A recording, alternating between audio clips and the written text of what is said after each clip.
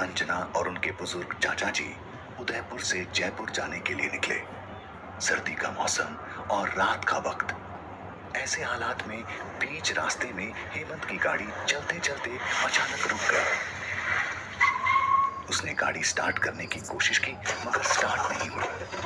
गाड़ी से उतरकर उसने चारों तरफ देखा। ना तो कोई गाड़ी रास्ते से गुजरती हुई नजर आ रही थी और ना ही इस सुनसान इलाके में इंसान का कहीं नामो निशान था। हेमंत ने मोबाइल चेक किया पर उसमें नेटवर्क नहीं था। फिर उसने गाड़ी की पिछली सीट पर सोई हुई अपनी पत्नी अंजना को आवाज दी।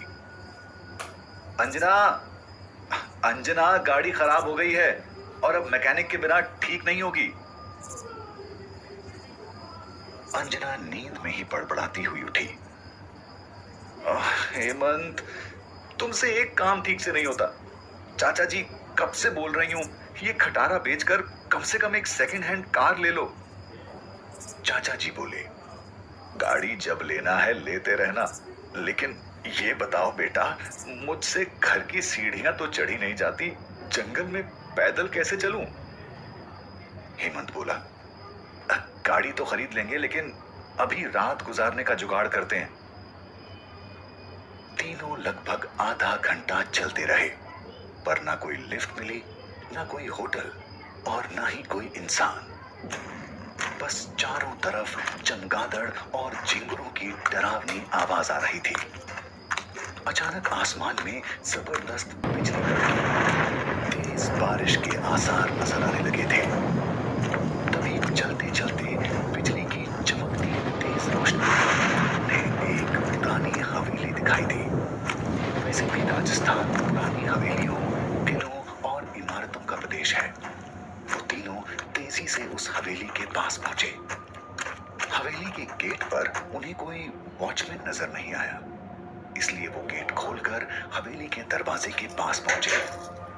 फिर अंजना ने दरवाजे खटखटाने के लिए हाथ आगे बढ़ाया, लेकिन उससे पहले ही अंदर से एक भारी आवाज आई, अंदर आ जाओ, दरवाजा खुला है।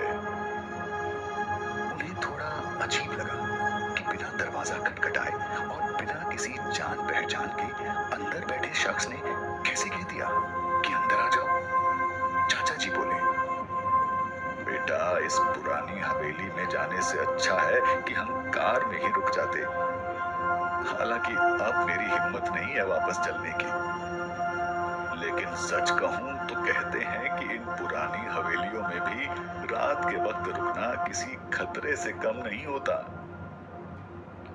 हेमंत कहता है, चाचा जी अब तो हम आ ही गए हैं और मौसम भी देखिए ना कितना खतरनाक हो गया है।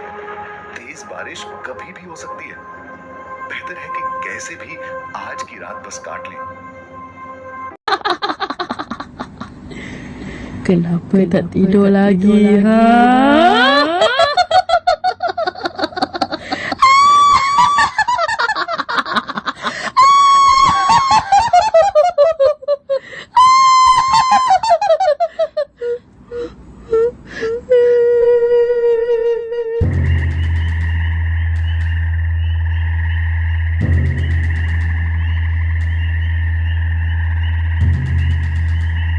इसके बाद तीनों दरवाजा खोल के अंदर गए।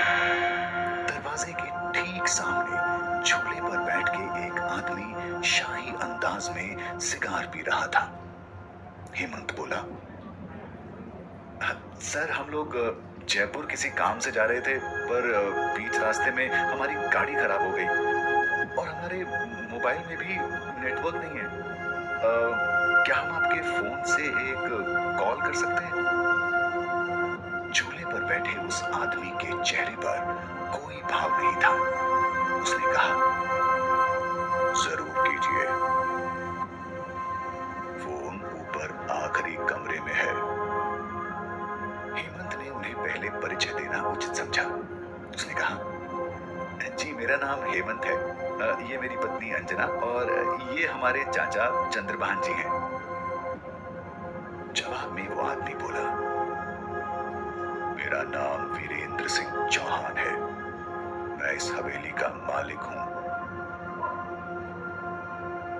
हेमंत और अंजना हवेली की शान देख रहे थे।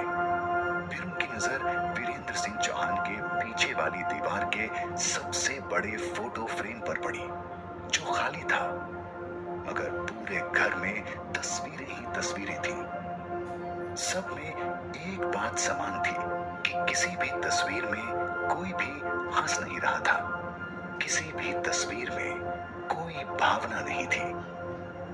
फिर हेमंत और अंजना दोनों ऊपरी मंजिल पर गए और आखिरी कमरे में जाकर लैंडलाइन से फोन लगाने लगे। बहुत कोशिश करने पर भी फोन नहीं लग रहा था। तभी दोनों की नजर एक दीवार पर पड़ी। वहां एक और फोटो फ्रेम टंगा था, उसमें भी कोई तस्वीर नहीं थी, सिर्फ खाली फ्रेम। उन्हें ये बात थोड़ी अजीब लगी। फिर दोनों नीचे गए और वीरेंद्र सिंह चौहान से बोले, आपके लैंडलाइन से फोन नहीं लग रहा। वो बोले, यहां की फोन लाइन में हमेशा गड़बड़ी रहती है, दोबारा कोशिश कीजिए, या फिर चाहे तो आज की रात आप यहीं रुक जाइए।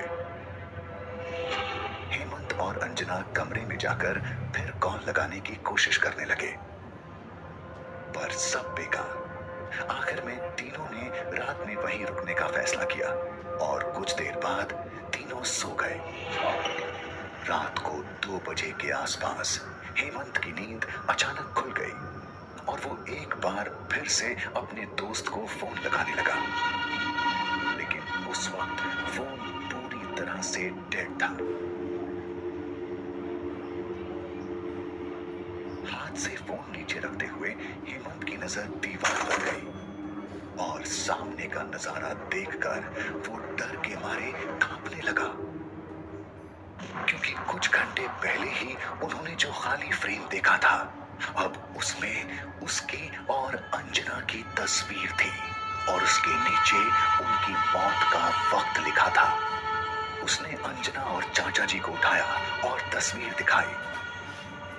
चाचा जी बोले, बेटा, मैंने पहले ही कहा था कि इस पुरानी हवेली में रात में रुकने से अच्छा है कि हम कार में ही रात गुजार लें। अब बेहतर है कि हम चुपचाप यहां से निकल जाएं।